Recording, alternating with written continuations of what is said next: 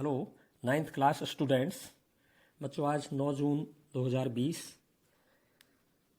बच्चों मैंने कल आपको निर्देशांक ज्यामिति का चैप्टर प्रारंभ करवाया था, निर्देशांक ज्यामिति या कोऑर्डिनेट ज्योमेट्री, और मैंने आपको उसमें बहुत सी सामान्य जानकारियां दी हैं जो शुरुआत में हमें चाहिए, आवश्यक होती हैं निर्देशांक ज्यामिति के लिए।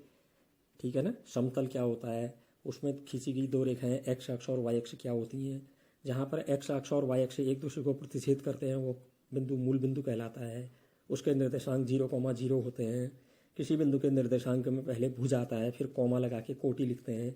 भुज माने एक्स निर्देशांक होता है जो मूल बिंदु से एक्स अक्ष में कितनी दूरी पर स्थित है, और दूसरा कॉमा के बाद कोटि आता है, वह वहाँ से वाई अक्ष में कितनी दूरी पर है।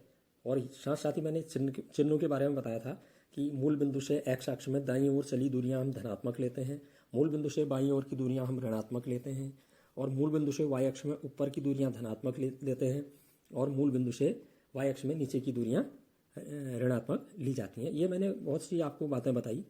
तो बच्चों आपको सबसे पहले ये मैंने बताया था कि निर्देशांक ज्यामिति के जन्मदाता कौन माने जाते हैं।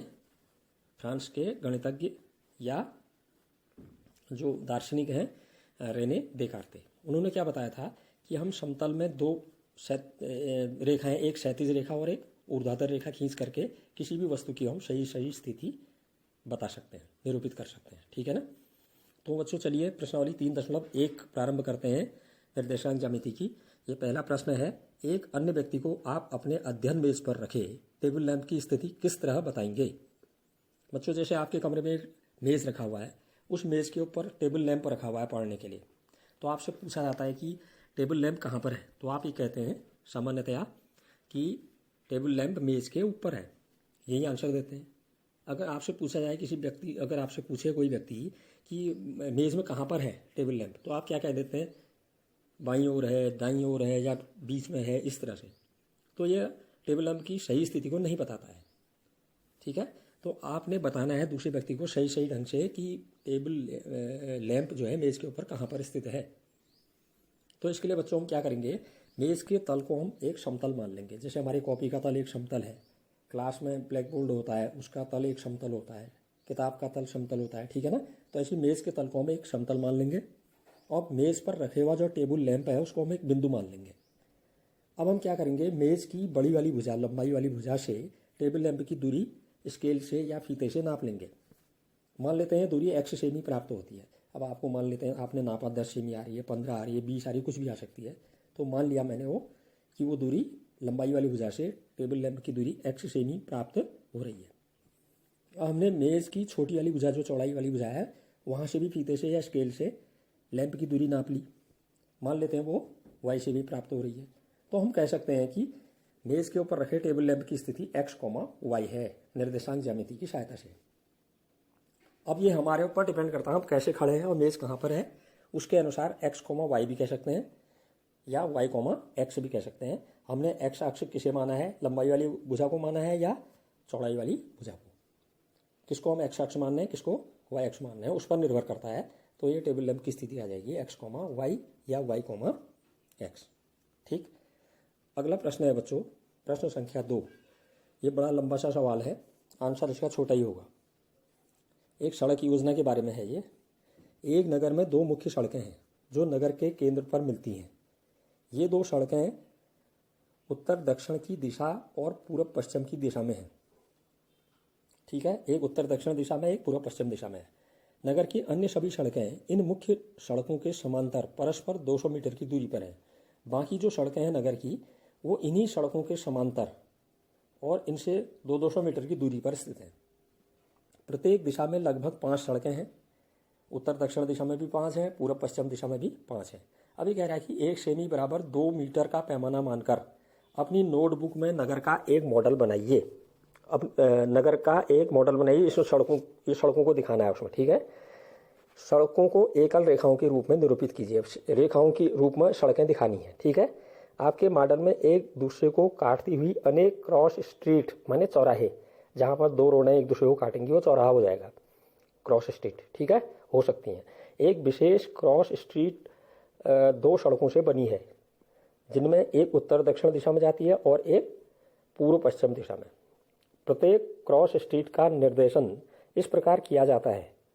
यदि दूसरी सड़क उत्तर दक्षिण दिशा में जाती है और पांचवी सड़क पूर्व पश्चिम दिशा में जाती है और ये एक क्रॉसिंग पर मिलती हैं, तब इसे क्रॉस स्ट्रीट 2,5 कहेंगे। ठीक है, जैसे दूसरी सड़क है उत्तर दक्षिण दिशा में और पांचवी सड़क है पूर्व पश्चिम दिशा में, तब हम इस क्रॉस स्ट्रीट को 2,5 कहेंगे, कह रहा है बिंदु को। ठीक है, तो इसी परंपरा से यह ज्ञात कीजिए कि कितनी क्रॉस स्ट्रीटों को, नंबर 1 है, कितनी क्रॉस स्ट्रीटों को 4,3 माना जा सकता है। नंबर 2, कितनी क्रॉस स्ट्रीटों को 3,4 माना जा सकता है। ये प्रश्न है बच्चों। अब बच्चों मैंने यहाँ पर क्या कर रखा है, अगर ग्राफ की कॉपी में बनाया जाए तो और बढ़िया पढ़ने में आता, तो मैंने इसमें नोटबुक में बना के दिखा रखा आपको। ठीक है, यहाँ पर एक सड़क योजना बनाई है और पैमाना इसने दिया था प्रश्न में कि 1 सेमी बराबर 200 मीटर, और दिशा निर्देशन मैंने बता रखा आपको किस तरह से हमने पूर्व पश्चिम दिशा ली है, किस तरह से उत्तर दक्षिण दिशा ली है, ये मैंने इसमें एरो से दिखा रखा है। ठीक है, तो यहाँ पर सबसे पहले मैंने एक जो पूर्व पश्चिम वाला है इसको एक्स अक्ष के रूप में ले लिया है और उत्तर दक्षिण वाली लाइन को हमने वाई अक्ष के रूप में ले लिया है, ऊर्ध्वाधर, और ये ऊर्ध्वाधर होगी NS वाली, मैंने उत्तर दक्षिण, नॉर्थ साउथ, और एक्स अक्ष होगी ईस्ट वेस्ट, E और W से दिखा रखा है पूर्व पश्चिम। ठीक, अब इस मॉडल में उत्तर दक्षिण दिशा में परस्पर समांतर सड़कें कितनी दूरी पर हैं, 200 मीटर, जिसको हमने 1 सेमी मान रखा है यहाँ पर, पैमाना दूरी पर है, और पूर्व पश्चिम दिशा में भी परस्पर समांतर हैं और परस्पर 200 मीटर दूरी पर ही स्थित है। और कितनी सड़कें दर्शाई गई हैं, 5 सड़कें जो हैं ये आपके उत्तर दक्षिण दिशा में भी हैं, 5 सड़कें पूर्व पश्चिम दिशा में भी ली गई हैं। ठीक है, तो यहाँ पर देखिए आप चित्र में मैंने दिखा रखा है, लाल स्याही से मैंने इनको डिनोट किया है।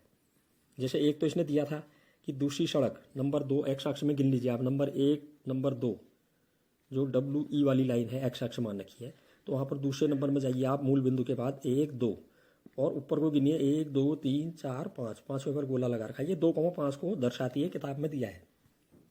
अब हमारी क्रॉस स्ट्रीट 4,3 दिखानी है हमने, तो पहले हम ये मूल बिंदु से, जहाँ पर ये WE और NS वाली रेखा काट रही है मूल बिंदु से, इससे आगे चौथे नंबर में आइए, 1 2 3 4, चौथे नंबर पर चौथे से ऊपर को 3 गिनिए, 1 2 3, ये 4,3 लिखा है मैंने लाल शाही से। ये क्रॉस स्ट्रीट होगी, एक चौराहा हो गया, तो ये एक ही आ रहा है, बाकी तो आ नहीं रहे, इसका मतलब ये अद्वितीय क्रॉस लिस्ट होगी। अद्वितीय माने एक, केवल एक।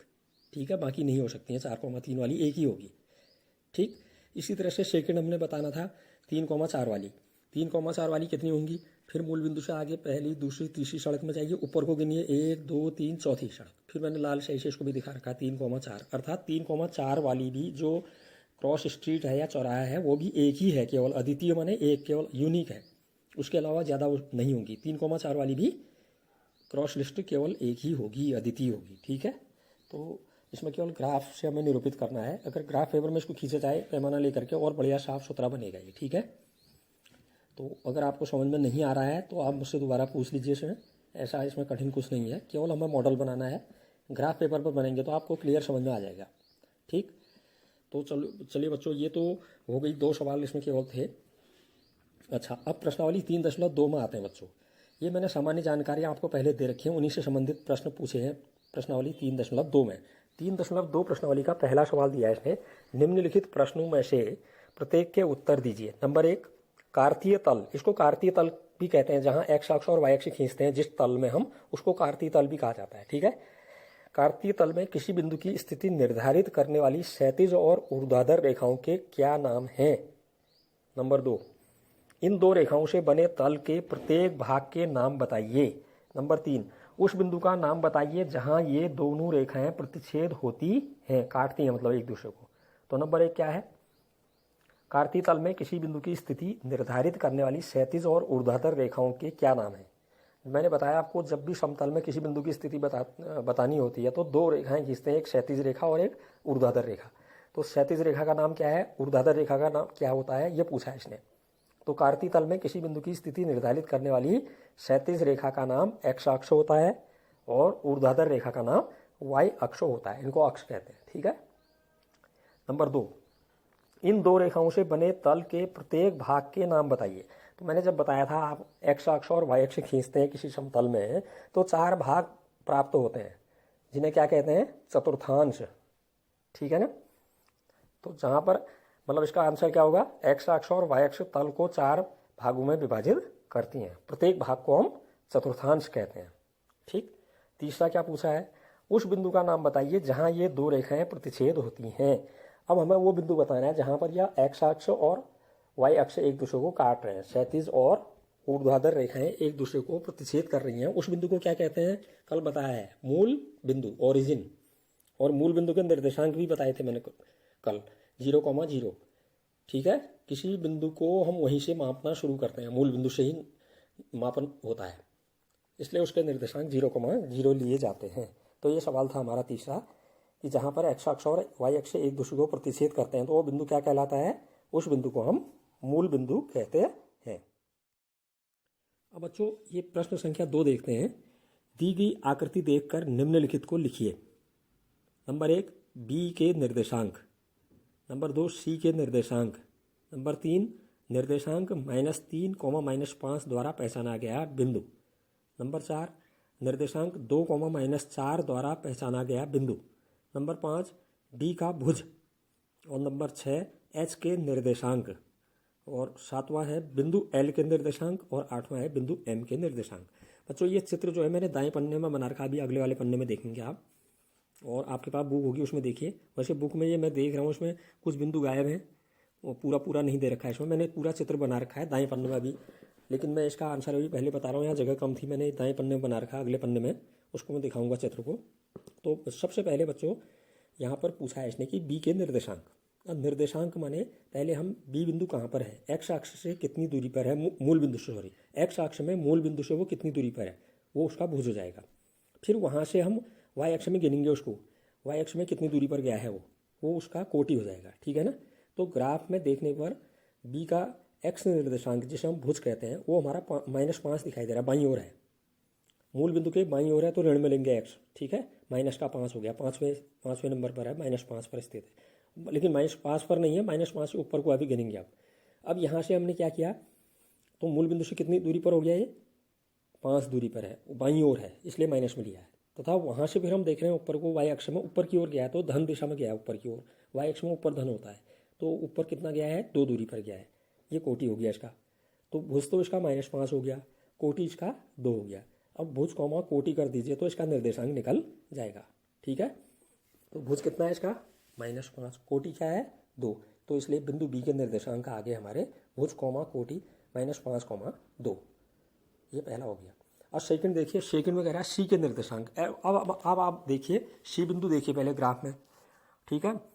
सी बिंदु जो है उसमें भुज कितना है, एक्स निर्देशांक, मतलब मूल बिंदु से वो दाईं ओर गया है 5 पर, 5 दूरी तक गया है। फिर वहाँ से अब हम गिनेंगे वाई में कितना गया है, ये कोटि में नीचे गया है, लेकिन अब वाई निर्देशांक जो कोटि है इसका नीचे को कितने पर है, 5 पर है, माइनस का होगा, वाई में नीचे माइनस होता है, ऊपर प्लस होता है, मूल बिंदु से नीचे की ओर है ये। ठीक है ना। तो सी के निर्देशांक क्या हो गए फिर, भुज कॉमा कोटि 5, -5। ठीक। तीसरा खंड है -3, -5 से पहचाना गया बिंदु। अब ये पूछ रहा है कि -3, -5 निर्देशांक इसने दे दिए हैं। ठीक है। ये निर्देशांक किस बिंदु के हैं ग्राफ में देखना है हमने। अब देखिए -3, माइनस में है भुज, तो मूल बिंदु से बाईं ओर गए होंगे, 3 गए होंगे बाईं ओर। ठीक है। फिर वहाँ से फिर माइनस में ये कोटि भी तो नीचे गए होंगे वहाँ से, तो ई बिंदु आ रहा है यहाँ पर। इसका मतलब यहाँ भुज कितना दिया था, -3, कोटि कितना दिया था, -5। ई बिंदु का भुज -3 है, मूल बिंदु से बाईं ओर है, और ई बिंदु का कोटि भी माइनस में है, नीचे को है, मूल बिंदु से -5 पर है। ठीक है ना। तो इसका मतलब -3,5 से पहचाना गया बिंदु कौन सा होगा, ई बिंदु होगा। ठीक। इसी प्रकार अगला वाला देखिए, चौथा वाला। चौथे में क्या कह रहा है, ये इसमें कह रहा है निर्देशांक 2, -4 द्वारा पहचाना गया बिंदु। इसमें भी वही बताना है, निर्देशांक दिए हैं हमें 2, -4, भुज कितना दिया है, 2, और कोटि कितना दिया हुआ है, -4। ठीक है। अब आप देखिए जरा, मूल बिंदु से 2 जाइए और फिर माइनस का दे रखा कोटि, तो नीचे को जाइए 4, तो वहाँ पर क्या नाम लिखा है, जी। इसका मतलब 2, -4 द्वारा पहचाना गया बिंदु कौन सा है ग्राफ में, जी बिंदु है। ठीक। अब पांचवां देखिए, पांचवें खंड में क्या कह रहा है, बिंदु डी का भुज बताओ केवल, पूरा निर्देशांक नहीं बताना है, भुज और कोटि दोनों नहीं बताना है, केवल भुज ही भुज बताना है, मतलब वो मूल बिंदु से एक्स अक्ष में कितना गया है। अब डी बिंदु देखिए ग्राफ में कहाँ पर है, और अब डी बिंदु देखने के बाद ये देखिए कि वो एक्स अक्ष में मूल बिंदु से कितना गया है। यहाँ पर एक्स निर्देशांक या भुज जो है 6 है, 6 दूरी गिनी आप मूल बिंदु से आगे, 1 2 3 4 5 6 पर, 6 की सीध में है, तो भुज कितना हो गया इसका 6। हमें भुज ही बताना था, निर्देशांक पूरा नहीं बताना है। अगर कोटि भी पूछते तो 2 होगी, ऊपर को 2 गया है, प्लस का 2 होता, लेकिन हमें केवल भुज बताना है।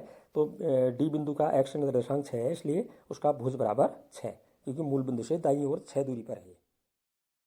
अब बच्चों यहाँ पर हमें छठा वाला खंड दिया हुआ है। ये छठे खंड में देखिए, छठे में पूछ रहा है ये सवाल, क्या पूछा है इसने, एच के निर्देशांक। एच बिंदु ग्राफ में देख लीजिए कहाँ पर है। अब एच आपने जब देख लिया है तो ये देखिए कि वो मूल बिंदु से कितनी दूरी पर गया है। एच बिंदु देखेंगे तो आप कहाँ पर दिखाई दे रहा है आपको, देखिए जरा, एक्स निर्देशांक भुज क्या है उसका, एच दिखाई दिया आपको, वाई अक्ष में स्थित है। तो जो वाई अक्ष में जब बिंदु होता है तो उसका भुज 0 होता है हमेशा, तो इसका मतलब ये वाई अक्ष में स्थित है, तो एच जो एच बिंदु है उसका एक्स निर्देशांक या भुज क्या होगा, 0 होगा, क्योंकि ये वाई अक्ष पर है। अब एच का कोटि देखिए, मूल बिंदु से ऊपर या नीचे, नीचे गया है ये, ठीक है, कितना गया है नीचे, 1 2 3 पर गया है, तो इसका कोटि होगा या वाई निर्देशांक होगा इसका -3, क्योंकि नीचे है मूल बिंदु से, ठीक है। तो इसलिए एच बिंदु के निर्देशांक क्या हो जाएंगे, भुज कौमा कोटि 0 -3।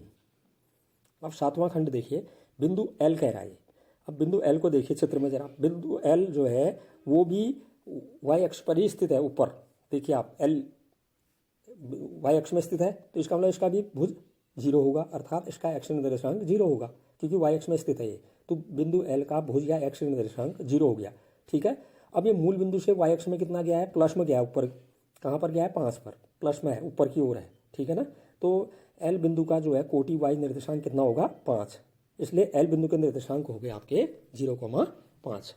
आठवां खंड देखिए इसका, बिंदु एम का भुज कितना है, देखिए जरा, बिंदु एम का कह रहा है, अब ये निर्देशांक निकालिए कह रहा है, तो बिंदु एम का भुज क्या है, एक्स निर्देशांक कितना है, बिंदु एम दिखाई दिया आपको चित्र में, तो मूल बिंदु से कितना गया है वो, -3 गया, -3 बाईं ओर गया, इसलिए -3 कह दिया, मूल बिंदु से बाईं ओर है, ठीक है ना। कोटि क्या है, अब ये बिंदु हमारे एक्स अक्ष में स्थित है, जब एक्स अक्ष में बिंदु होता है तो उसका कोटि हमेशा 0 होता है, तो एम बिंदु का कोटि क्या हो गया या वाई निर्देशांक क्या हो गया, 0, क्योंकि यह एक्स अक्ष पर स्थित है, इसलिए बिंदु एम के निर्देशांक क्या हो गए फिर आपके, -3,0, भुज कौमा कोटि, भुज है इसका -3, कोटि है इसका 0। इसका चित्र बच्चों मैंने यहीं पर खींचा हुआ है स्पष्ट, आपकी किताब में कहीं पर कोई बिंदु छूटा हुआ है, कोई बिंदु गलत भी दिया है इसमें, तो ये वाले चित्र को आप कॉपी में खींच लीजिए, इसी के आधार पर इसको देखिए आप, आपको क्लियर समझ में आ जाएगी कौन बिंदु कहाँ पर है, ठीक है, और उसके निर्देशांक क्या क्या आ रहे हैं, भुज क्या है, कोटि क्या है, हमें ये देखना है। एक्स अक्ष में मूल बिंदु से दाईं ओर धन होता है, एक्स अक्ष में मूल बिंदु से बाईं ओर ऋण होता है, एक्स अक्ष में मूल बिंदु से ऊपर को वाई अक्ष में प्लस होता है, और वाई अक्ष में मूल बिंदु से नीचे की ओर ऋणात्मक लिया जाता है। ये चीज़ यहाँ समझनी है, इसके आधार पर हमें बिंदुओं को दर्शाना है। अब बच्चों में यहाँ पर आपको अगली प्रश्नावली, ये प्रश्नावली पूरी होगी हमारी, बहुत छोटे छोटे से सवाल हैं और सरल से हैं, आप बढ़िया ढंग से अभ्यास कीजिए, दोबारा इनको अपने आप बनाइए एक बार देखने के बाद, और फिर नहीं आता क्लियर कोई चीज़ नहीं होती है तो आप पूछ लीजिए, ठीक है। अब प्रश्नावली 3.3 में जाते हैं। ये प्रश्न है पहला, किस चतुर्थांश में या किस अक्ष पर बिंदु -2,4, -3, -1, -1,0, -1,2 और -3, -5 स्थित हैं। कार्तीय तल पर इनका स्थान निर्धारण करके अपने उत्तर सत्यापित कीजिए। अब बच्चों सबसे पहले हमें ये बताना है कि हमें बिंदु दिए हुए हैं, अब ये बताना है कि यह बिंदु पहले चतुर्थांश में या दूसरे चतुर्थांश में या तृतीय चतुर्थांश में या चतुर्थ चतुर्थांश में या एक्स अक्ष में या वाई अक्ष में, हमें ये बताना है, ठीक है, कौन सा बिंदु कहाँ पर स्थित है ये हमें बताना है। फिर उसका ग्राफ खींचना है, ग्राफ मैं आपको कल बताऊंगा, ग्राफ की कॉपी में उसको वॉइस में मैसेज से आपको बताऊंगा, इस तरह से खींचिए, ठीक है। तो पहले कल मैंने आपको बताया था कि जब हम एक्स अक्ष और वाई अक्ष खींचते हैं तो कोई भी समतल 4 भागों में बढ़ जाता है, जिन्हें हम चतुर्थांश कहते हैं। प्रथम वाला क्या होता है, जो दाईं ओर सबसे पहले होता है, जिसमें दोनों धन के होते हैं, भुज भी धन कोटि भी धन। उसके बाद बाईं तरफ वाला नंबर दूसरा चतुर्थांश, द्वितीय चतुर्थांश कहलाता है, उसमें भुज माइनस में होता है, कोटि प्लस का होता है। और तृतीय उसके नीचे वाला होता है, उसमें दोनों माइनस के होते हैं, भुज भी माइनस होता है, कोटि भी माइनस होता है। और चतुर्थ चतुर्थांश जो होता है उसमें भुज प्लस होता है, कोटि माइनस होता है। ये मैंने कल बताया है आपको। तो सबसे पहला बिंदु लेते हैं, यहाँ है -2,4। अब बताइए इसमें -2, भुज कितना है, माइनस का है, माइनस का 2 है ना, और कोटि क्या है, प्लस का 4 है। मतलब यहाँ पर भुज तो ऋणात्मक है और जबकि कोटि धनात्मक है। तो कहाँ स्थित होगा, भुज ऋणात्मक है, कोटि धनात्मक है, तो किस में होता है, द्वितीय चतुर्थांश में होता है। अतः यह बिंदु दूसरे चतुर्थांश या द्वितीय चतुर्थांश में स्थित होगा। अगला बिंदु दिया था 3,-1। पहला वाला देखिए भुज प्लस का दे रखा है, 3 के आगे कोई चिन्ह नहीं है तो प्लस का है। फिर -1 कोटि माइनस में दे रखा है, तो यहाँ भुज धनात्मक है जबकि कोटि ऋणात्मक है। कहाँ पर होता है ये, चतुर्थ चतुर्थांश में। अतः यह बिंदु चतुर्थ चतुर्थांश में स्थित होगा। फिर अगला बिंदु दिया है -1,0। अब इसमें देखिए कोटि 0 दे दिया है। जब कोटि 0 कब होता है, जब बिंदु कहाँ स्थित होता है, एक्स अक्ष में, ठीक है। तो इसका मतलब इसका कोटि 0 है। भुज तो इसका -1 है, -1 है तो मूल बिंदु से बाईं ओर होगा एक्स अक्ष में, ठीक है। कोटि 0 दिया है तो इसका मतलब ये एक्स अक्ष पर ही स्थित है, ठीक है। यहाँ कोटि 0 है, भुज ऋणात्मक है, अतः यह बिंदु एक्स अक्ष में स्थित होगा और मूल बिंदु के बाईं ओर होगा, बाईं ओर ऋण में होता है एक्स अक्ष, ठीक है। अगला बिंदु दिया था 1,2। अब देखिए 1 भी प्लस का है, 2 भी प्लस का है, चिन्ह नहीं लगा माइनस का, तो भुज भी प्लस का है, कोटि भी प्लस का है, दोनों धनात्मक है। अतः यह बिंदु कौन से चतुर्थांश में होगा, प्रथम चतुर्थांश में ऐसा होता है, ठीक है। अगला बिंदु दिया था बच्चों हमें -3,-5, दोनों माइनस के हैं, भुज भी माइनस है, कोटि भी माइनस है। भुज माइनस का 3 है, कोटि माइनस का 5 है, दोनों ऋणात्मक हैं। तो दोनों ऋणात्मक कब होते हैं, तृतीय चतुर्थांश में। अतः यह बिंदु तृतीय चतुर्थांश में स्थित होगा। अब बच्चों इसको ग्राफ भी बनाना है इसका। इसने लिखा था अपने उत्तर का सत्यापन किससे कीजिए, इसने लिखा है कार्तीय तल में इनका सत्यापित कीजिए, इनको दर्शा करके। कार्तीय तल माने ग्राफ में इनको खींचना है, और कल मैं आपको ग्राफ खींचना बताऊंगा और आगे के प्रश्न हल कराऊंगा। इनको आप अच्छी तरह से देखिए, कहीं पर कोई चीज़ क्लियर नहीं हो रही है, समझ में नहीं आ रहा तो आप अवश्य पूछ लीजिए उसको, ठीक।